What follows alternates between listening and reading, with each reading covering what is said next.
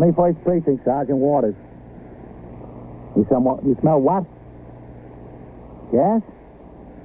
Where is this? B70 what? On what floor? You are in the muster room at the 21st Precinct, the nerve center. A call is coming through.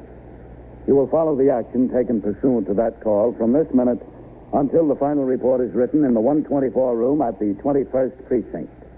You'll have assistance right away. Yes, sir. Right away. No, just stay where you are. The officers will be right there. 21st Precinct. It's just lines on a map of the city of New York. Most of the 173,000 people wedged into the 9/10 of a square mile between Fifth Avenue and the East River wouldn't know if you asked them that they lived or worked in the 21st. Whether they know it or not, the security of their homes, their persons, and their property is the job of the men of the 21st Precinct. The 21st. 160 patrolmen, 11 sergeants, and 4 lieutenants, of whom I'm the boss. My name is Cronin, Vincent P. Cronin. I am captain in command of the 21st Precinct. I was doing day duty, 8 a.m. to 6 p.m.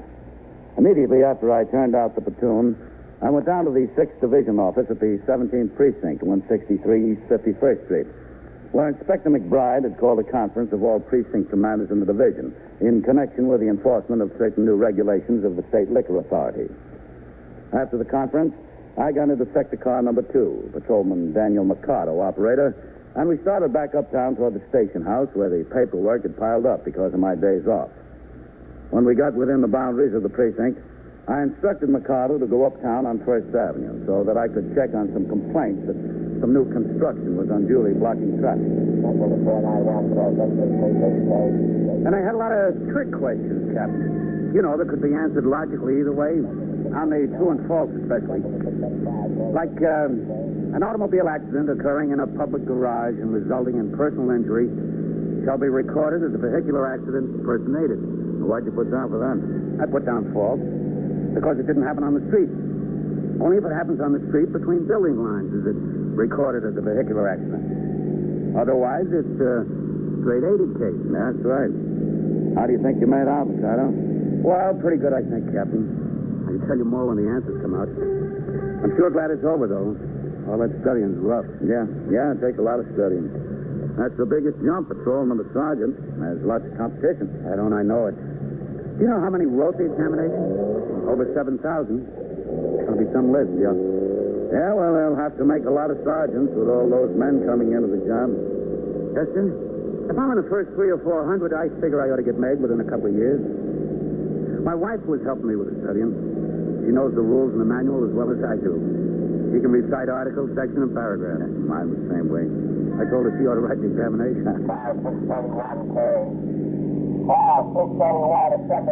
is going to be close, Captain. Yeah.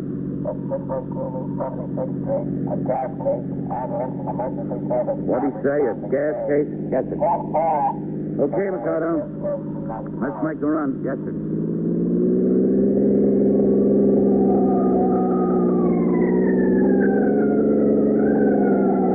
Turned east on the next street to avoid traffic and went up York Avenue to 76. When we pulled into the block, I could see sector car number 1 was on the job, so was the sergeant's car. There was no sign yet of either the ambulance or the ESD car. 618 was a 5-story tenement building. A few passerbys and neighbors were beginning to gather on the sidewalk despite the cold wind. There's the spot. Pull in, Mercado. Yes.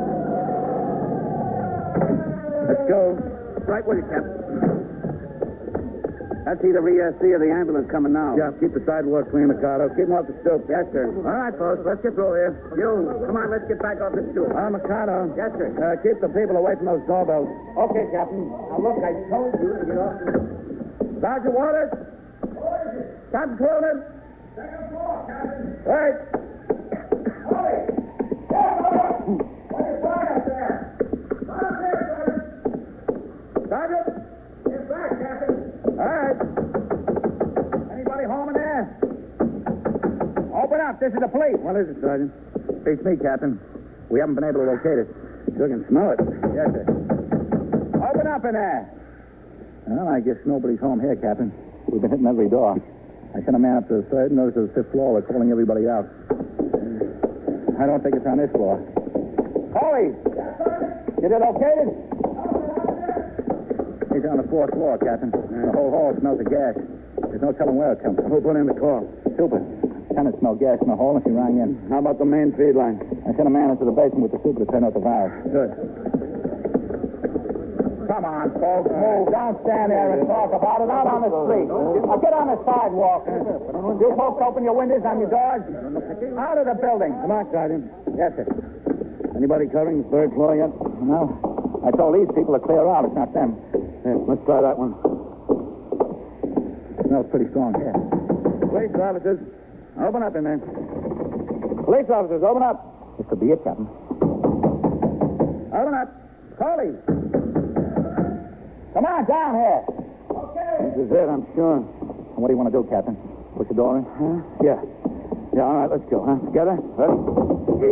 All right, again. Now. Is this, Sergeant? We think so, yeah. Let me see if I can kick it in. All right, go ahead. Try it again. All right, once again. Oh, this is it, all right. Keep low on the floor. Paulie, hit that window. I'll get this one. Yes, sir. Let's see it on the floor. Sergeant, hit the stove. I got them off. Good. How's the other window? Stop, Captain. There it is. She looks pretty bad, Captain. Here.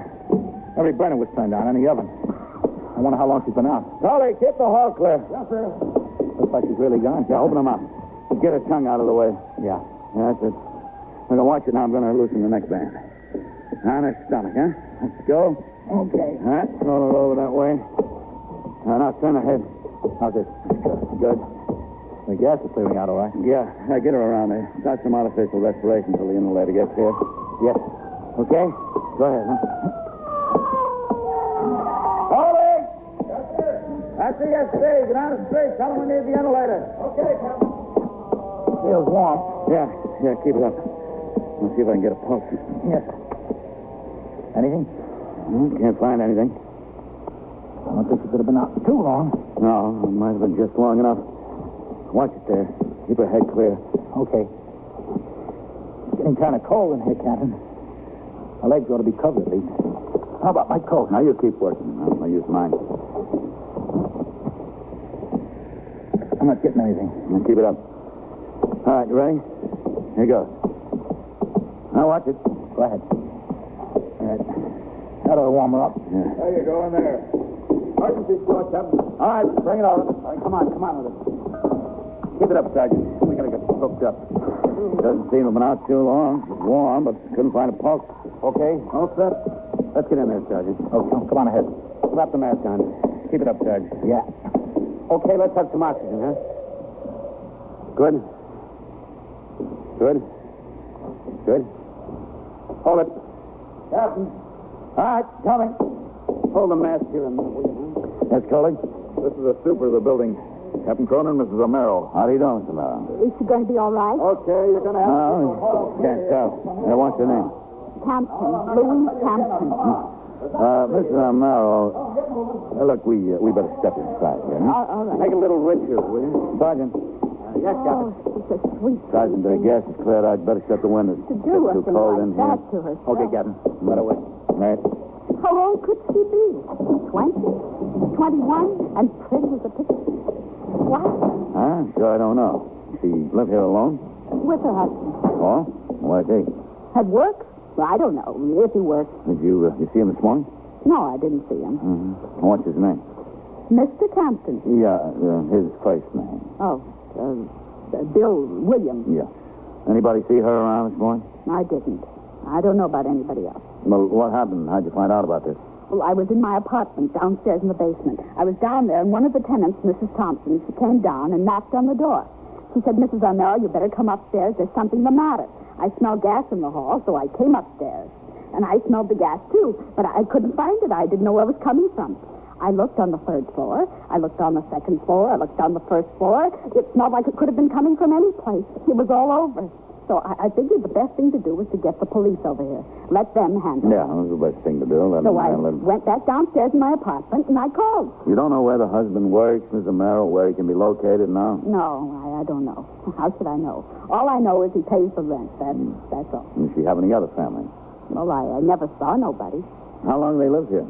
Oh, 3-4 months, that's all. In the fall they moved in. September, October. I could check for you. I could check on it. I've got my rent receipt books downstairs. No, I'll be all right. Captain, you want to look at this? Huh? There was a note on the sideboard over there. Oh, yeah. I see it. Sure eliminates any possibility of an accident. Yeah.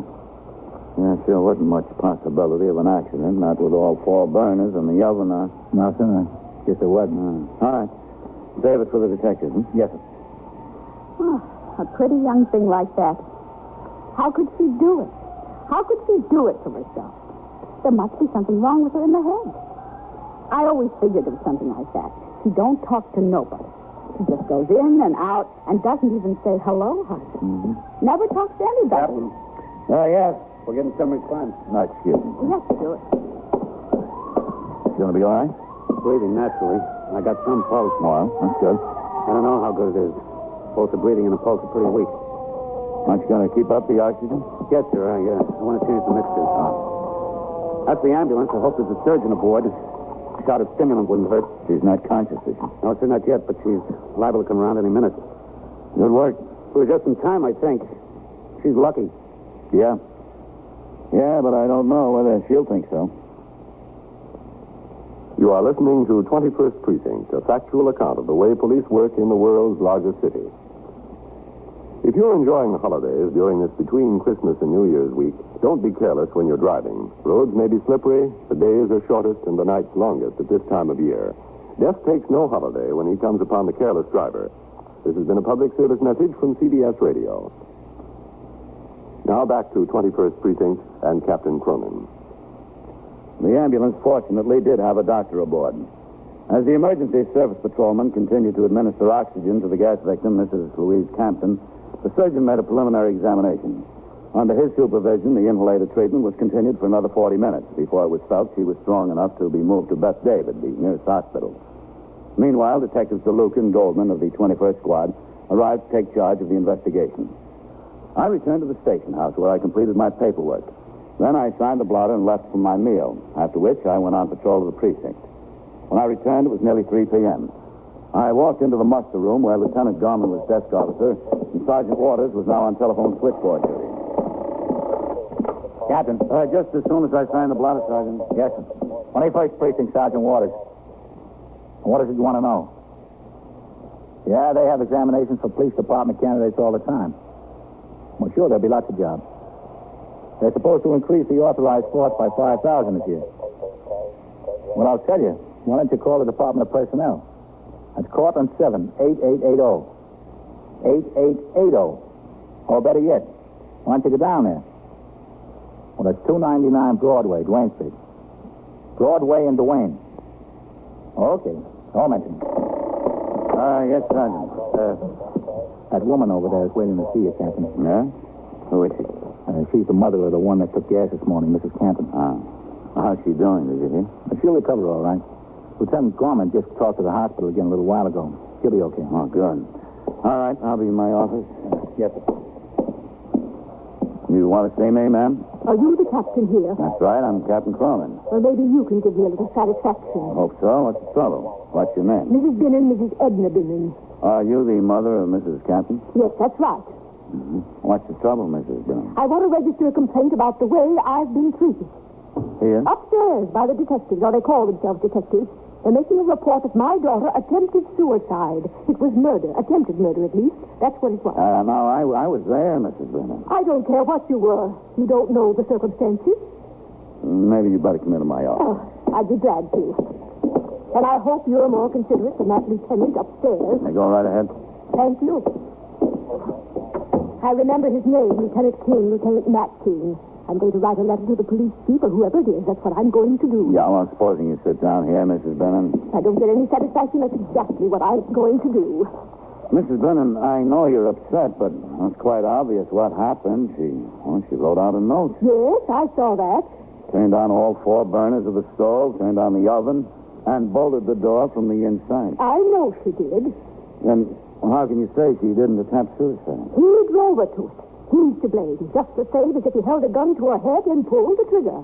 Who's to blame? Who's that? Her husband. Oh. I warned her when she first started to go with him. I told her what would happen, how things would wind up.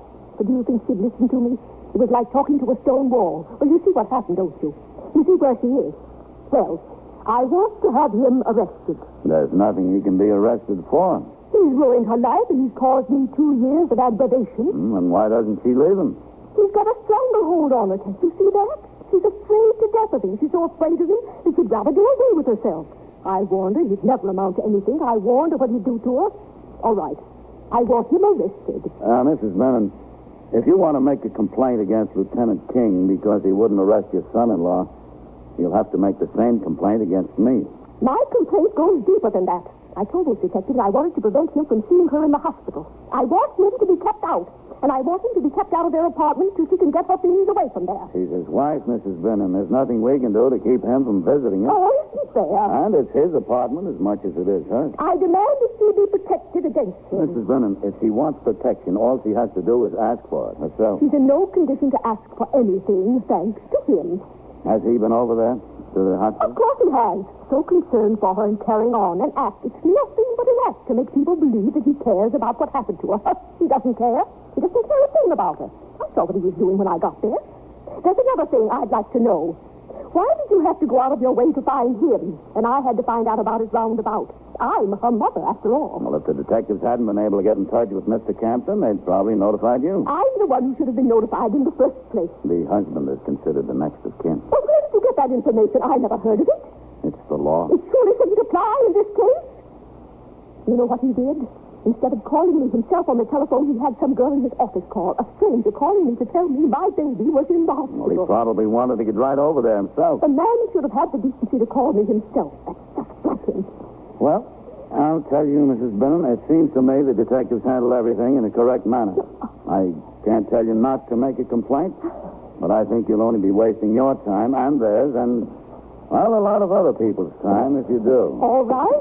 If that's all the satisfaction I'm going to get. I don't think you'll get more anyplace else, Mrs. Brennan. I'll be at the hospital in case you change your mind. I've nothing to change my mind about, Mrs. Brennan. Well, we'll see about that. Goodbye. Goodbye, Mrs. Brennan. Sergeant, I'm going upstairs to the detective. Oh, Captain. Yeah. Vitale came in with the husband of that Mrs. Campton a few minutes ago. Oh, did he? Yes, sir. He took him upstairs. From what I understand, it's lucky he and his mother-in-law missed each other around here. Yes. Yes, it is. Hello, Captain. Well? Skipper. Right, sir.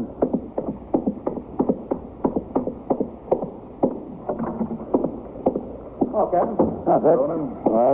Lieutenant King in his office? Yes, sir, he's in there. Yes. Captain Cronin. Oh, Matt? Captain. This is Captain Cronin, Mr. William Campton. Mr. Captain. Hello? Sit down, Captain. Thanks. I just met your mother-in-law, Mr. Campton. Oh, yeah? Then you can understand what's been going on. I met her, too, Captain. So she told me, Matt. We had quite a session. Doesn't seem very fond of you, Bill. Oh, that's the understatement of the year. She thinks I'm the worst thing that ever came into her life. When Louise and I got married, it was the tragedy of the century. Well, what's the story, Bill? Now, there's no story. You've got an idea what made her turn on the gas, haven't you? Well, she's been threatening to do it for a year. I never believed her. I didn't think she meant it. This note sounds like she meant it. Bill, darling, I'm sorry. I love you too much. I can't be without you. Please forgive me. Can I see that, please? Sure. That's her writing, isn't it? Yeah, it's her writing. What does she mean, I can't be without you? Well, we had a fight last night. What about? What do you think about? About her mother. Must have been some fight. Yeah, it was. You told her you were going to leave her. Yeah, look, Lieutenant, I'm nuts about her. I really am. You can see that, can't you? Can't you, Captain? Well, then why did you say you wanted to leave her? You got no idea what I've been through the last 2 years. That old lady has been making our lives miserable. She keeps telling Louise that she's got no business being married to a guy like me. She says I'm nothing. A lousy salesman that just barely got through high school. She says Louise is entitled to a lot more. The old lady kept interfering in our lives. She was always wanting to give her things, furniture and money and clothes. That sounds pretty generous. Oh, there wasn't anything generous about it. She just did it to show me up. Every time she gave Louise something, there was a moral that went with it. Now, your husband should be doing this for you, she'd say, but look, your mother has to do it. Now, what kind of a husband is that? And she was just trying to break us up, that's all. I don't call that generous. Well, what did you do specifically to try to break you up? Everything. Everything she could think of. I'd tell Louise not to take anything from her. And then she'd come around and give Louise $20 or $50 or whatever it was, and she'd say, don't tell Bill about this. Go out and spend it. Have a good time. Have lunch at a nice place. Take one of your girlfriends. Go buy something for yourself. Well, this went on and on and on, and I was getting pretty sore about it. I was getting sore because the old lady was becoming like a stone wall between Louise and me. You know, she'd tell Louise to lie to me. You know, lie to me about where she got a new dress or a new sweater or something. And finally I said, look, honey, you've got to make a choice. Either be a wife to me or go home to Mama. So she said she'd be a wife to me. That was good, wasn't it? Well, I thought it was going to be all right until I got out of the Army. Well, when was that? In September. The old lady wanted to set us up in class. Well, I didn't want to be set up in class. I wanted to make my own way. So I said to Louise, look, baby, we've got to look around for a place we can afford. Well, you saw what we could afford. Yeah, I saw. I mean, Louise was okay about it. I mean, she wasn't tickled to death that we had to move into a place like that, but she knew it was within the limits and things would get better. Louise understands that, but her mother, she thought it was a rat hole. Now, she couldn't see her daughter living there, so things got worse with her whispering into Louise's ear. They got worse and worse and worse. And Louise and I were having a fight almost every night. It got so I hated to come home. What happened last night? That was the payoff. I got home, and Louise told me she'd been with her mother that day, so right away I smelled something was cooking. I said, what does she want? And Louise told me her mother said that we should come live with her. She said she's got a big apartment, she's got plenty of room, and that her daughter has no business living in a rat hole like this. Was that the cause of the big fight? No, that was only part of it. Her mother is leaving for Florida for a month, see? So she wants Louise to come with her. Yeah, leave me here in New York and go to Florida. All expenses paid. I said, honey, nothing doing. I mean, this has been going on for almost 2 years, almost since we were married, things like this. And once I went to the old lady and I said, please, leave Louise alone. You're running her nuts. And you know what the old lady said? No. What? The old lady said that she would pay for the psychiatrist. Now, how do you like that? It's all right for her daughter to go nuts as long as she goes to a Park Avenue psychiatrist. You had this fight last night. Yeah, but we patched things up as good as they could be patched up before we went to bed. She said she'd do whatever I wanted her to do. And then she started again this morning. And as soon as she started, I said, honey, I've had it. I mean, I love you, but I can't take this anymore. I'm through. This is it. Goodbye. And I went out the door. Well, I guess that was a mistake. I should have realized the mental condition she's been in. You know, she's really had it rough getting pulled from both ends like that. I made it a little bit too final. I went a little bit too far, I guess. Sure looks like you did, Bill.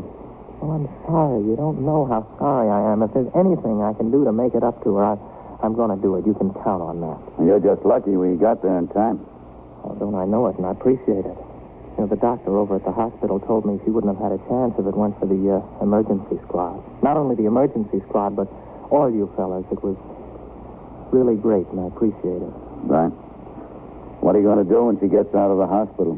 Start fighting all over again? Well, not if I can help it, but I've just got to get this settled. I don't know how I'm going to do it, but I've got to get it settled. You got any ideas? No, not me. My specialty is thieves. Mothers-in-law a little bit out of my line. After Bill Campton left to return to the hospital for another visit with his wife, I remained in Lieutenant King's office for a while. We went over several applications for pistol license renewals in the precinct, each of which must be investigated by both the precinct commander and the detective squad commander. We discussed our independent findings in each case. When I returned downstairs, it was nearly time to turn out the platoon for the 4 to 12 tour. As I came into the back room, Sergeant Lyons, who had supervised patrol during the tour, had the men lined up for inspection. As I walked out into the muster room, I saw the front door of the station house open. Inside came the crew of sector car number 2. With Mikado was Bill Campton. A few steps in back was his mother-in-law, Mrs. Bennon, with Cola. I want him locked up. I want him locked up so he'll never do a thing like that again. Look, it'd be a pleasure if it would keep you away from All right, folks. Step up to the desk, will you? Mikado. Yes, Captain. What have you got here? What's the trouble? I charge you with trying to kill me. We answered the call, Captain. A disturbance at the main reception desk, Beth David Hospital. That's what I charge him with, trying to kill me. Let the officer tell me the story, lady.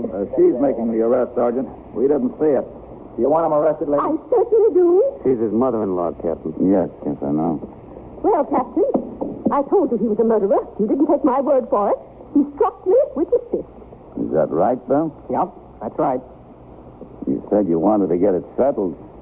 Do you think this settles it? Captain, I saw Louise again. Her mother had been there talking to her. Of course I've been there talking to her. She's my daughter, isn't she? She's my wife. All right, folks, take it easy. Florida isn't far enough. She wants to take her to Europe now. And Louise wants to go. It will do her good. That's not what she told me. It's what we decided. No, it's what you decided, and I decided that she wants to stay here, and she agrees with me. Mrs. Benham, you sure you want to have him arrested?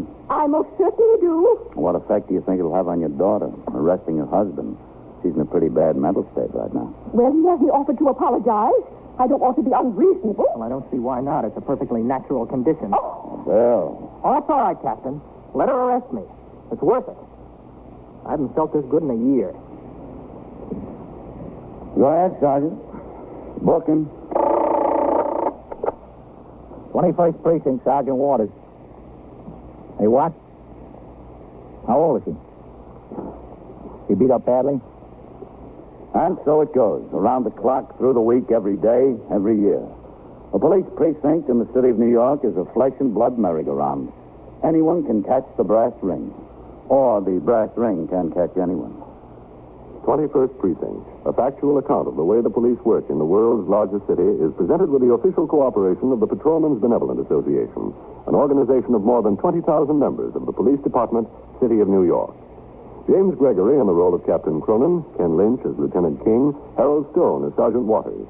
Featured in tonight's cast were Martha Greenhouse, William Redfield, Abby Lewis, Bill Quinn, and Ralph Camargo.